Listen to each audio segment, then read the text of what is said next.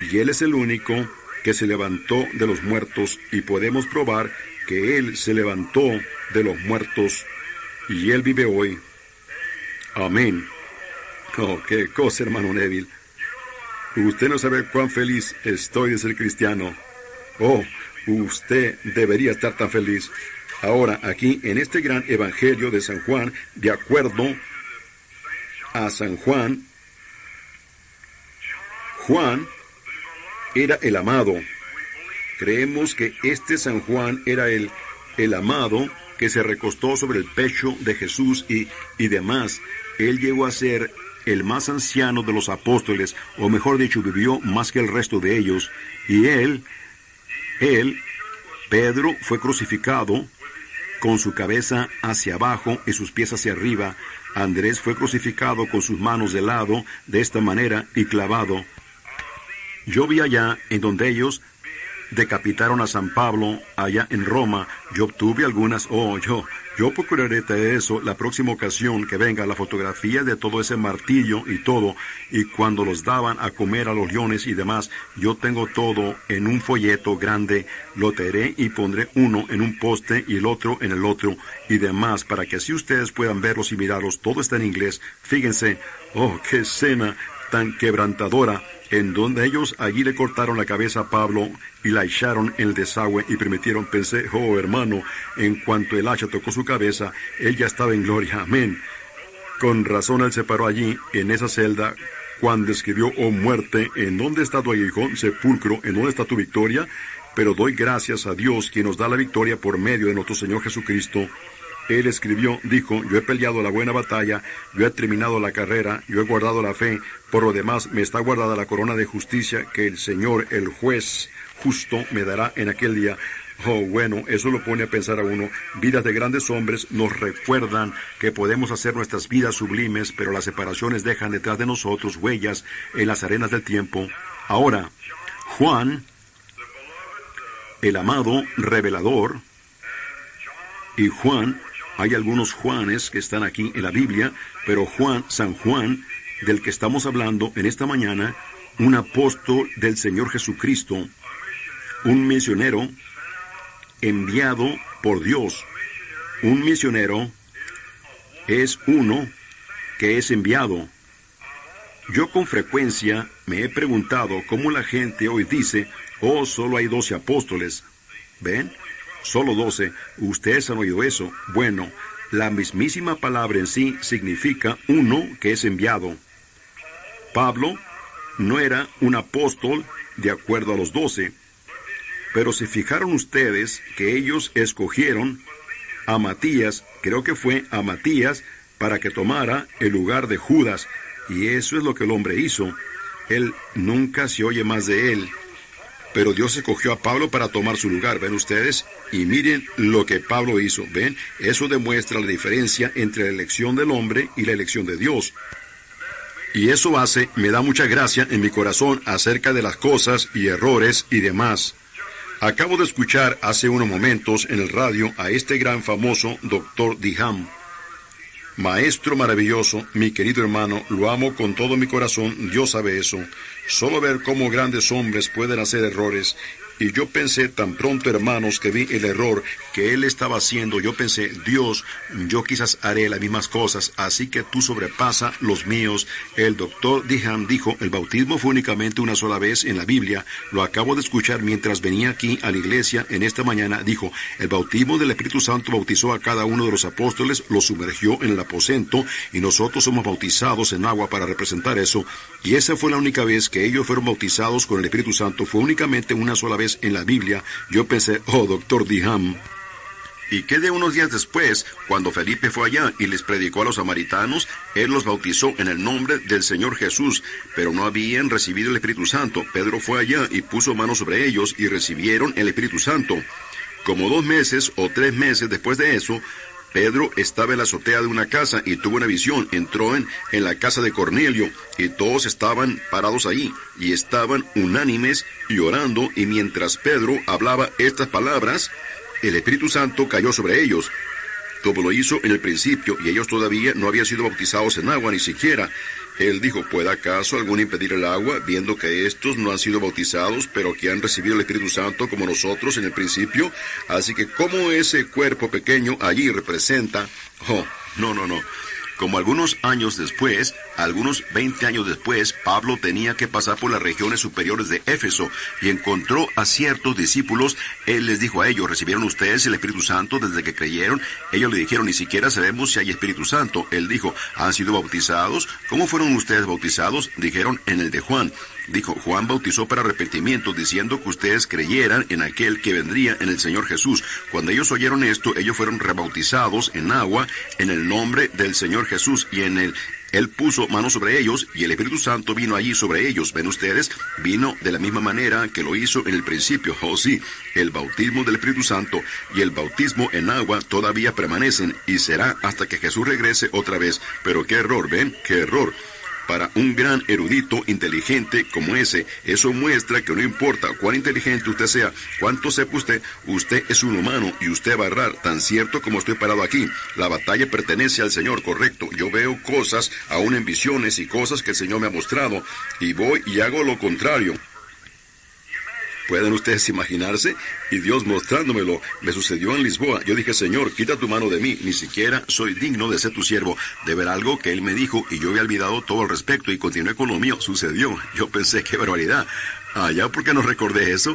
Ven, aquí lo tenía escrito en mi bolsillo aquí, en un pedazo de papel, y fui e hice algo contrario. ¿Ven ustedes? Allí muestra cuán inútil soy. ¿Ven ustedes? No. Oh. El peor de todos ellos sería yo. Porque después de que Dios le dice a uno que haga algo y uno va y hace lo contrario, eso es terrible, ¿ven? Así que, ¿ven ustedes? No importa quién sea el hombre, no es nada sino un ser humano. Él va a hacer errores. Así que solo tolerémonos unos a los otros y hagamos lo mejor que podamos. Eso es lo único que podemos hacer. Muy bien, Juan. Porción que falta en la cinta. Juan, ahora el versículo 1. ¿Tienen todos sus Biblias abiertas? En el principio, ¡oh, qué cosa!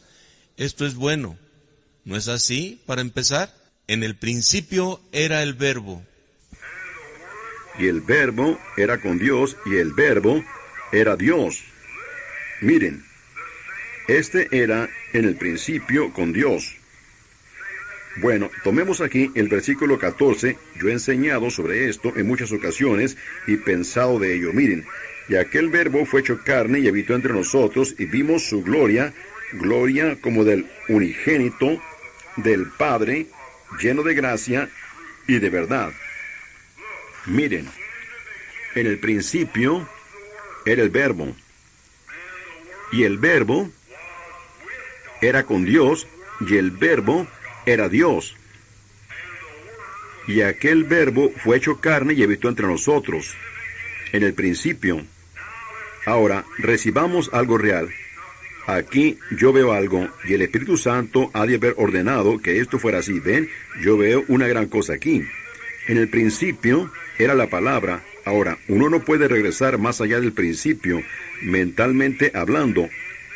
En el principio, antes que hubiera un mundo, antes que hubiera una estrella, antes que hubiera un sol, una luna, cualquier otra cosa, antes que hubiera cualquier creación, eso es en el principio. ¿Es correcto eso? Ahora, tan lejos como podemos ir, es regresar al principio. Y en el principio era Dios. En el principio era la palabra, y la palabra era Dios. Y la palabra era con Dios. Y la palabra fue hecha carne y habitó entre nosotros. Entonces la palabra era Jesucristo.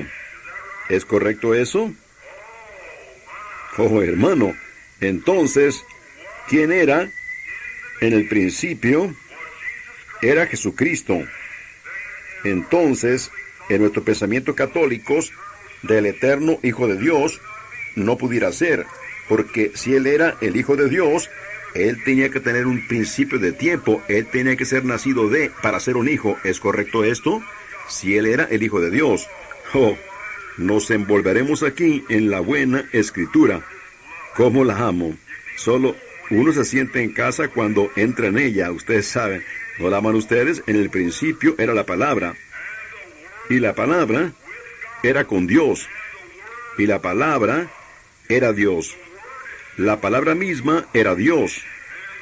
Y la palabra fue hecha carne y habitó entre nosotros y lo vimos a Él, en la gloria del Padre. ¿Ven ustedes? Nosotros vimos la palabra que estaba en el principio hacerse carne aquí en la tierra. Ahora, qué cosa tan maravillosa el pensar que Dios fue hecho carne para quitar el pecado. Ahora, si pudiéramos tomar las supersticiones del mundo, de cómo ellos adoran y quieren hacerse buenos. Ahora, ciertas de sus denominaciones allí, de sus sectas, ellos piensan que si un hombre llega a hacerse muy bondadoso, él llega a ser un Dios. Y él entonces es un Dios, y ellos le adoran como Dios.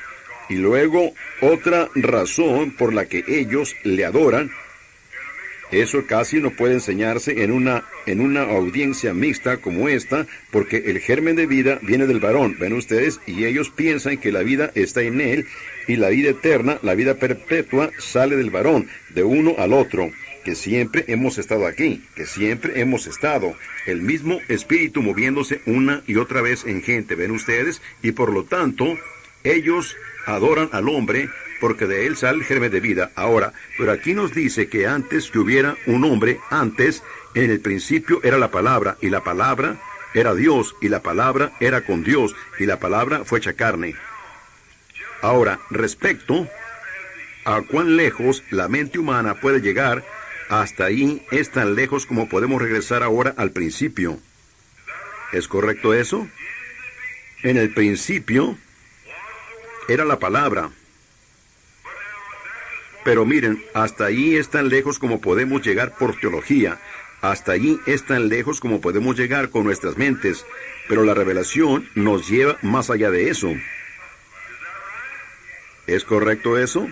Ahora, si usted está enseñando algo en teología, usted piensa en el principio era la palabra, eso era Dios, y la palabra era Dios. Correcto. Y esta misma palabra fue hecha carne y habitó entre nosotros, ¿ven? Y luego Dios fue hecho carne. Eso es sin controversia, eso es verdad. Dios fue hecho carne, nosotros creemos eso. Pero miren, antes que esto fuera palabra, ¿qué es una palabra? Una palabra es la manifestación de un pensamiento. Es la expresión de un pensamiento. ¿Es correcto eso?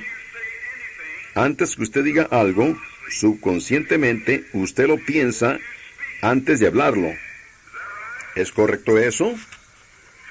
Así que, en el principio, era la palabra, tan lejos así podemos regresar por esto, por teología. Pero antes que fuera la palabra, era un pensamiento. Y un pensamiento fue hecho manifiesto. ¿Ven ustedes lo que quiero decir? Ahora, así es como él dijo, primero, él pensó y habló la palabra, y la palabra fue hecha manifiesta. ¡Oh!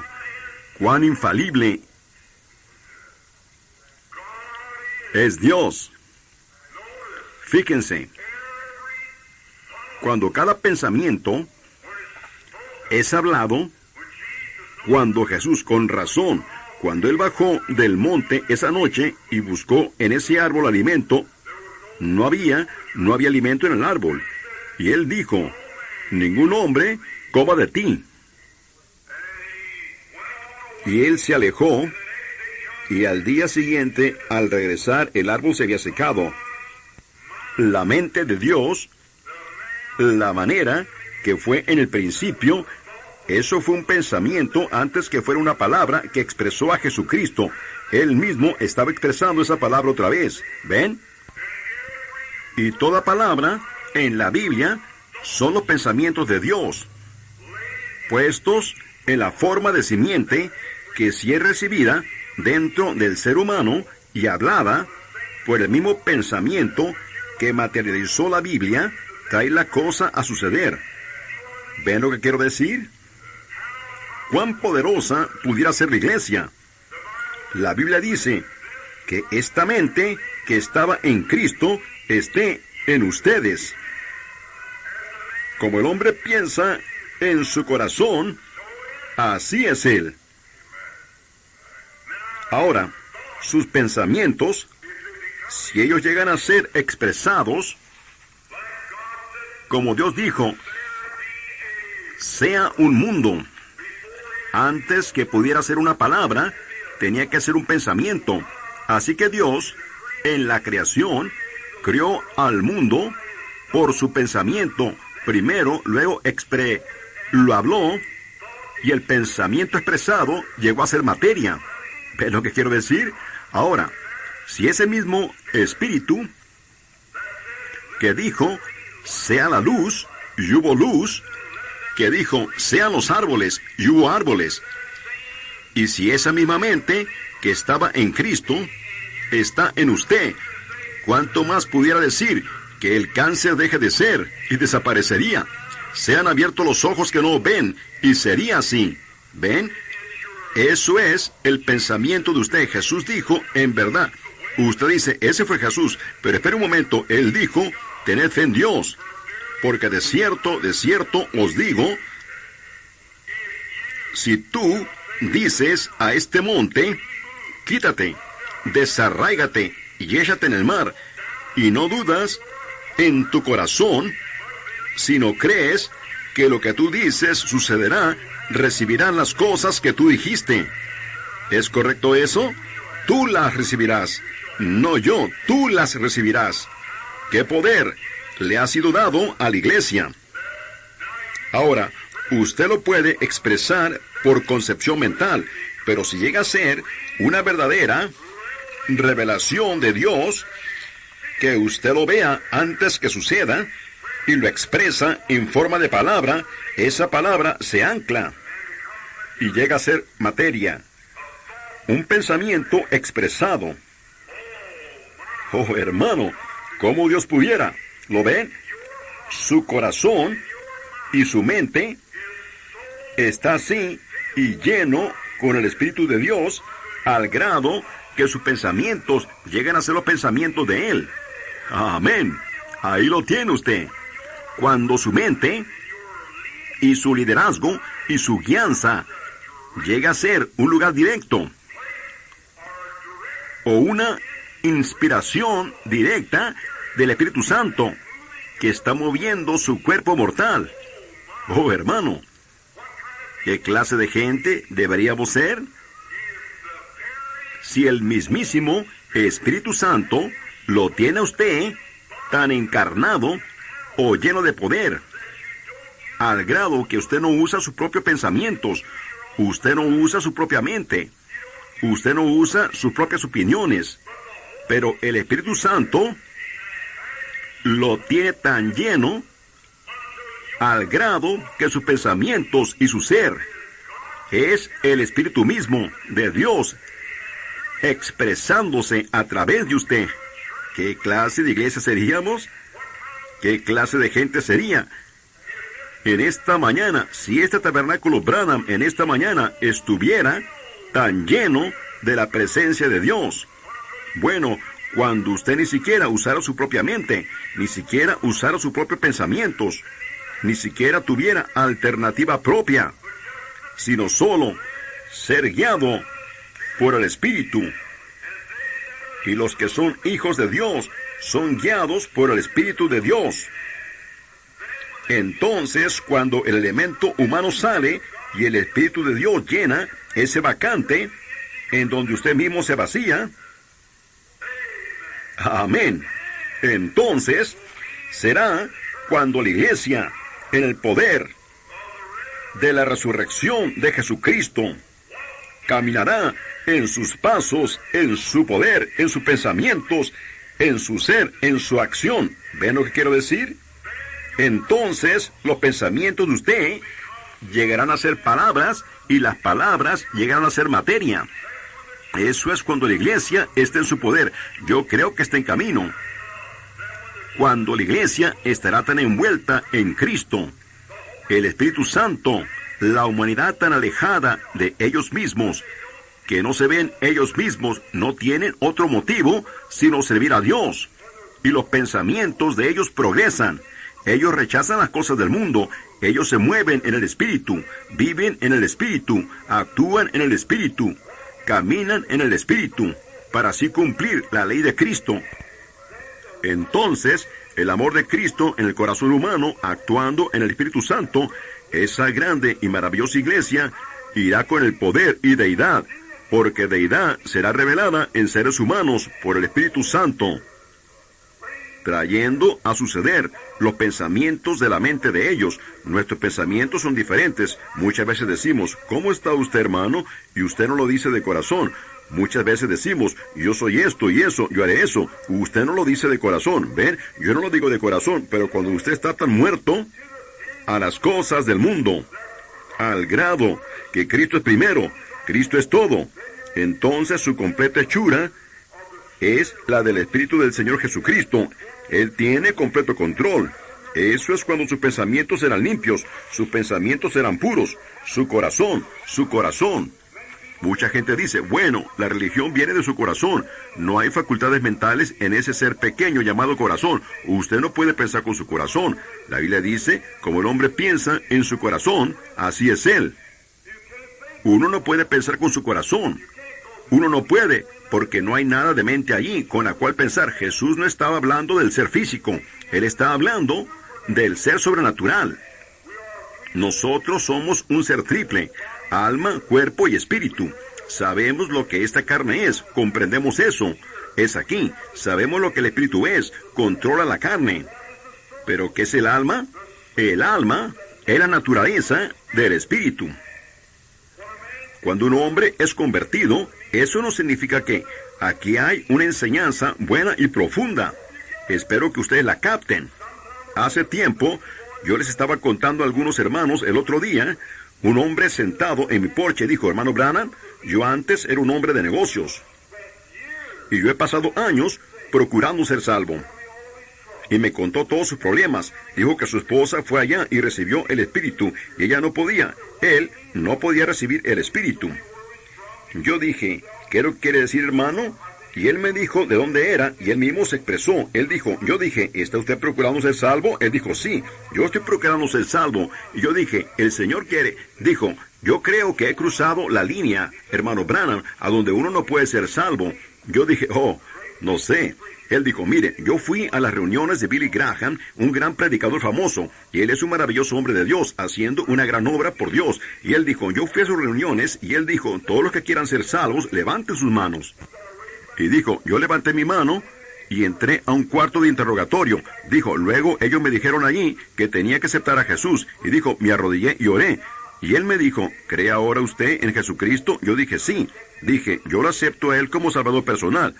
Él dijo, usted está salvo ahora. Dijo, nada me pasó a mí. Dijo, yo seguí entonces por un par de años y encontré a los hermanos metodistas libres, quienes dijeron que yo tenía que ponérmelo bastante contento para gritar. Y él dijo, ellos oraron por mí y todo, al grado que me sentí lo bastante contento para gritar. Dijo, ellos dijeron, ahora usted lo tiene. Usted tiene santificación. Dijo, me salí y dijo, yo estaba buscando todo lo que yo podía. Dijo, yo todavía no lo tenía.